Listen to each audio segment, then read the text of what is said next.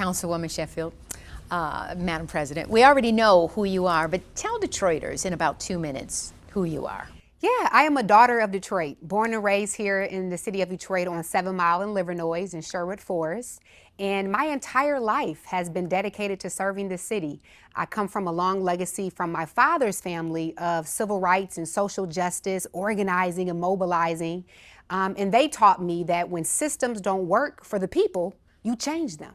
And then my mother's side of the family, the women in my family were nurses, educators. My mother was a professor of nursing at Wayne County Community College District for 18 years. And so I saw in them the importance of compassion and caring for people. And so both of those legacies of my family in a lot of ways molded me and shaped me into a woman of service. And my entire life since I was 14 years old has been about serving the city, moving our city forward and uplifting those who oftentimes don't have a voice and are voiceless. And so that has been the trajectory of my whole life, and I would not change it for anything. It has been an honor to serve and to be a part of moving Detroit forward. Beautiful. So tell everybody, why do you want to be the next mayor of Detroit, and what qualifies you to lead this city at this very critical juncture? Yeah, so I want to be the mayor because I know that the type of leadership that we need in these very important times is one that brings a combination of experience, someone who brings results that can show that they can deliver for Detroiters, but also compassionate leadership in these times. There's no doubt that Detroit has moved forward and that is changing.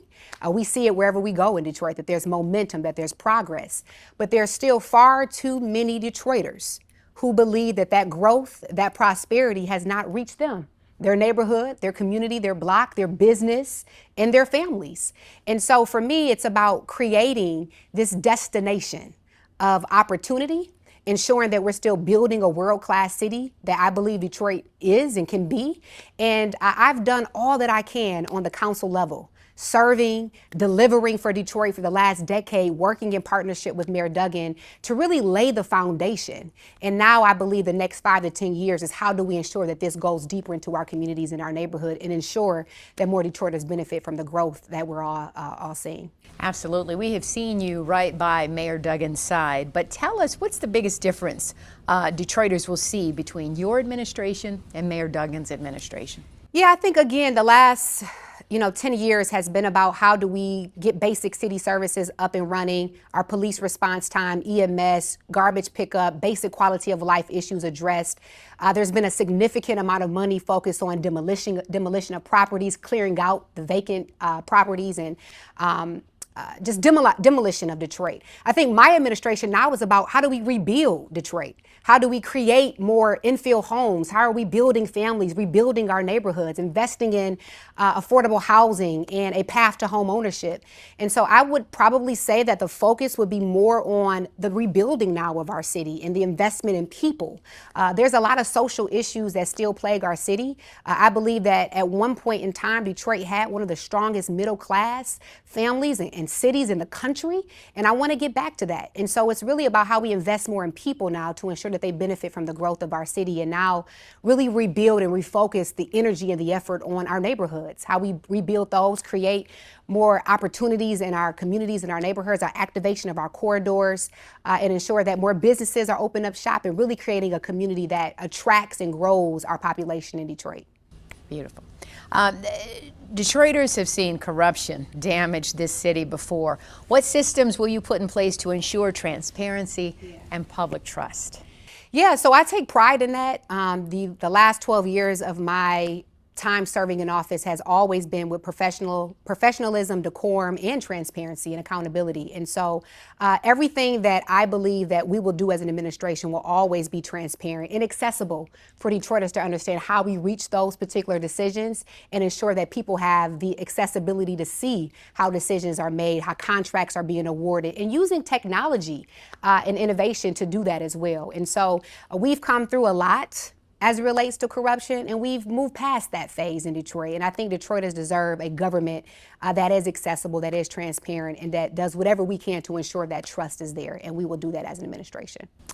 Let's talk about education for a second. How will you ensure families in Detroit that they feel like their kids can receive a good education? And we know Dr. Vitti has done a great job, or at least, the stories that I've done with Dr. Vitti, I've seen him move the needle. But what do we need to do now? So we need a mayor that is heavily involved, that is using that position to advocate for our children. I believe that there needs to be a convening, a task force, a coalition of some sort that brings in stakeholders from DPSCD, charter, and other educational facilities in Detroit to really come together to collaborate on how we measure the outcomes of our children. And so within my first 100 days of office, I will be forming this task force, this coalition, to bring people together to really start to talk about how we address literacy, how do we address school absenteeism, after school programming and tutoring for our young people, and figure out what the gaps are and how we as a city can intervene and address those issues. I would love to see more community schools, more ways that we can utilize our libraries and rec centers to provide the wraparound services that our young people need.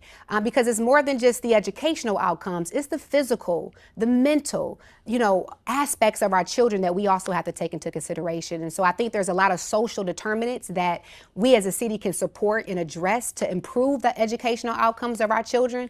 But I think it really takes accountability, communication, and collaboration. And my administration will be very vocal, will be very hands-on, not trying to take control of the school system, understanding we have an elected school board, but really trying to bring everyone together so that we're not working in silos, but we have a collaborative approach to really start to measure the outcomes and better improve the educational opportunities for our young people.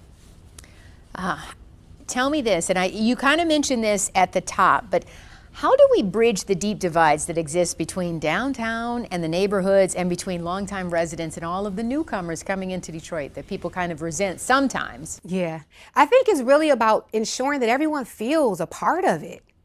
Everyone has to feel as if the growth includes them, that they're getting a piece of it, right? And so as things happen in downtown Detroit, oftentimes I hear, well, what about me on my neighborhood? I've been here 40, 50 years, and I'm just trying to get access to a home repair grant, and I can't get it to stay in my home.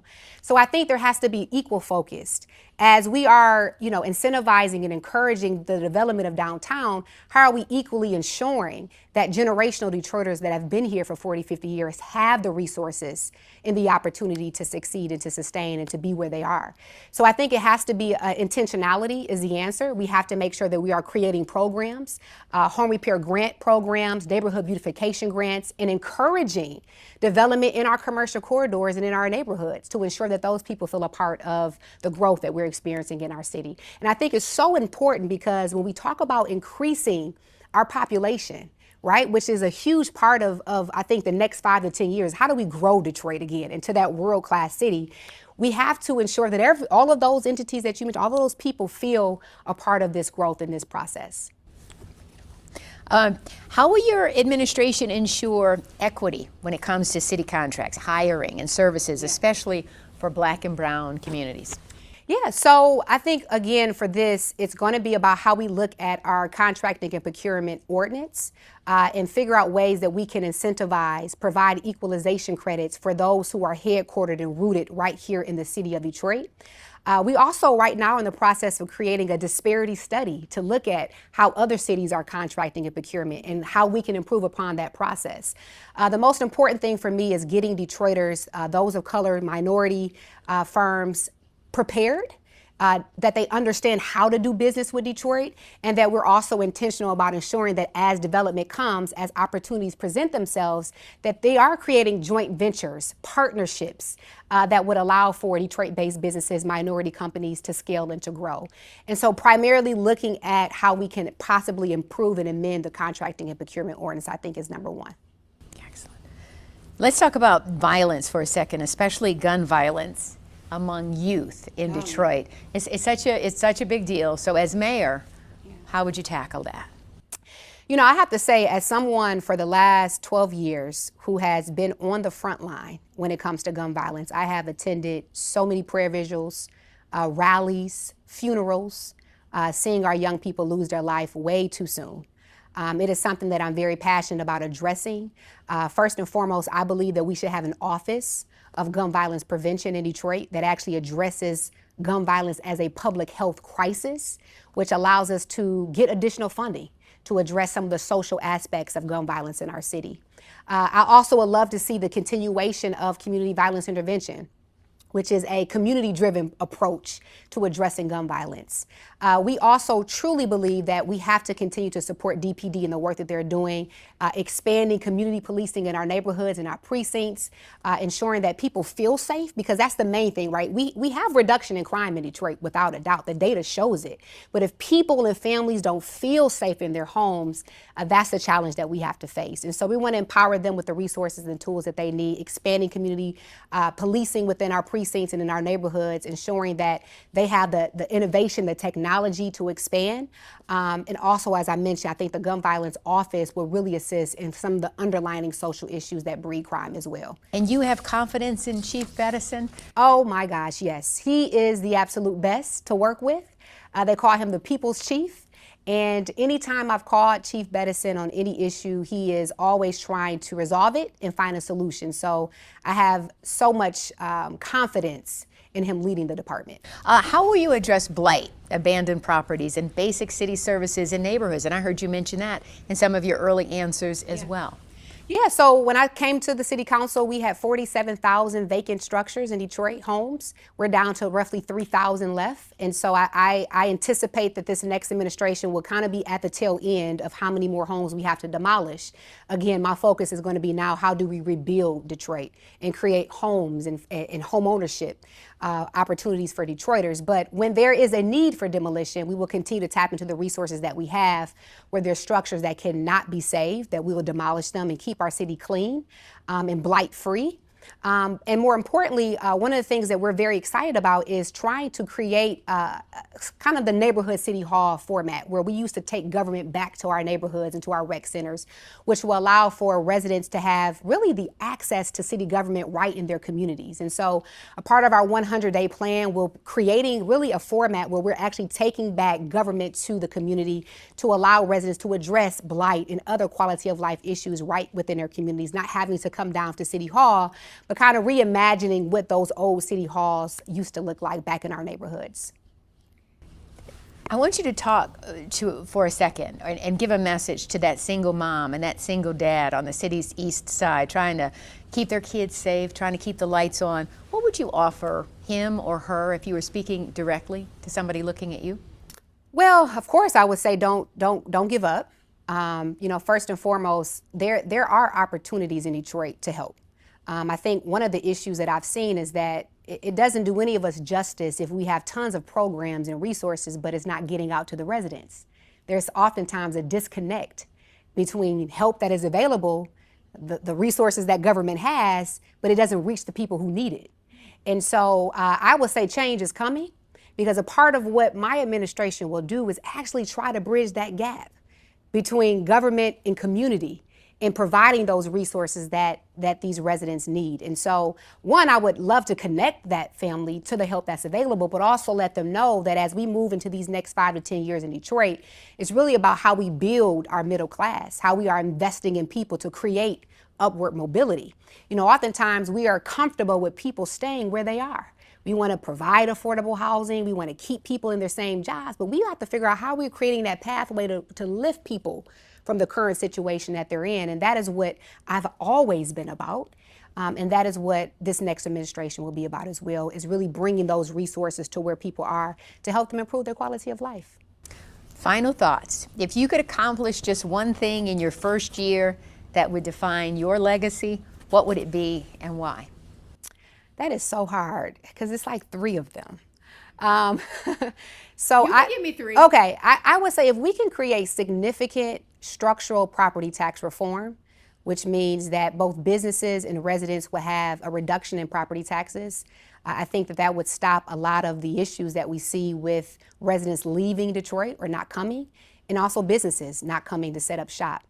The second thing is if we can raise the income of Detroiters a significant amount, where we can actually measure that, you know, under my first term, you know, this amount of families now have increased their quality of life because of the programs and that we have implemented and some of the structural changes that we've made in government to create the accessibility that they need to city programs. I would be definitely extremely excited.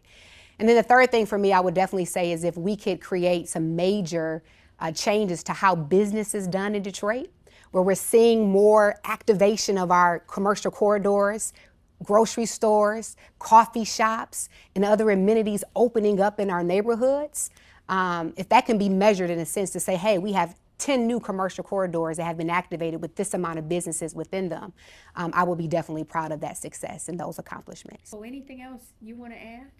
Well, I just want to say thank you to Detroit. It has been an amazing ride this last 12 years serving on the city council. I have always tried to stand up for what's right, challenge the status quo when need be, push the needle on so many issues, and have truly laid the foundation for a lot of what we are seeing in Detroit.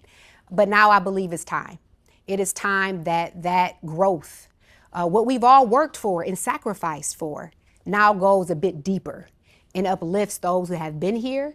That includes more people, more businesses, and more neighborhoods. And I know that I am the one that can do that. I have a track record of delivering for this city, and always ensuring that the people have a voice in that process. And to have that in the mayor's office, we haven't had that in quite some time, I think is going to be just so instrumental in the growth of Detroit and the inclusion of everyday people and businesses in the growth of our city. Detroit is a world-class city. It is a world-class city, and we are moving towards that rightful position again. And I just encourage Detroiters to stay hopeful and know that brighter days are on the horizon.